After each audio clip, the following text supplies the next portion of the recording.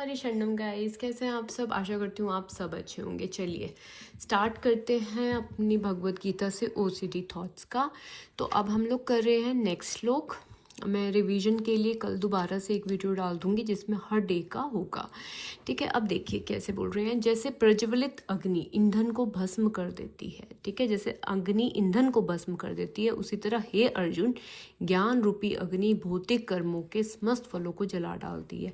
ज्ञान रूपी अग्नि मीन्स जो नॉलेज हम लोग ले रहे हैं, ठीक है, नॉलेज क्या ले रहे हैं, हमने काफ़ी नॉलेज ली ना भगवत गीता से कि हम माइंड नहीं है, ठीक है, थॉट्स का आना जाना सहन कीजिए, ठीक है, प्रकृति के कारण आते हैं, ये सब जो हमने नॉलेज ली है, ठीक है, वो भौतिक कर्मों के फलों यानी जैसे कि डर, आसक्ति, इन सब को जला देती है। ठीक है, फिर हमें थॉट आते हैं, हमें कोई डर नहीं होता, हम थॉट से कोई अटैच नहीं होते। जो व्यक्ति इस ज्ञान को पकड़ता है वो मन की उलझनों और दुखों से मुक्त हो जाता है। ऑब्सेसिव थॉट से, तनाव से वो मुक्त हो जाता है। तो हमें अपनी भगवत गीता की नॉलेज को यूज़ करना है। उसके बाद कहते हैं कि हमारे बंधन का कारण क्या है, अज्ञान, है ना।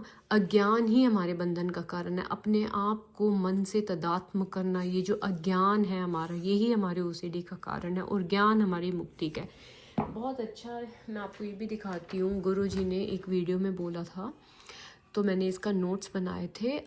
देखिए, किसी ने गुरुजी से पूछा था कि विकार आते हैं मन में, तो फिर गुरुजी ने क्या बोला कि आप दृष्टा हैं, आप दृष्टा ना रहकर जब भोक्ता बन जाते हैं तब आप फंस जाते हैं। थोड़ा ज्ञान तो होना चाहिए।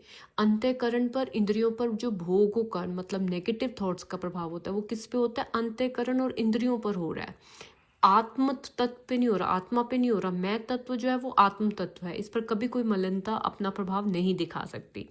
हम देखने वाले हैं परंतु उसके हर विकार को हम अपना मान लेते हैं। आप इन सबके जज हैं, क्या करना सही है क्या करना सही नहीं है वो करो। आप जज ना रह के गुलाम बन गए हैं, वो जो कहता है वही करते हैं, इसलिए हमें लगता है कि ये बहुत भारी विकार है, ओसीडी इंट्रूसिव थॉट्स। फिर गुरु जी ने गंगा में खड़े होकर प्रार्थना की कि प्रभु क्या उपाय हो सकता है।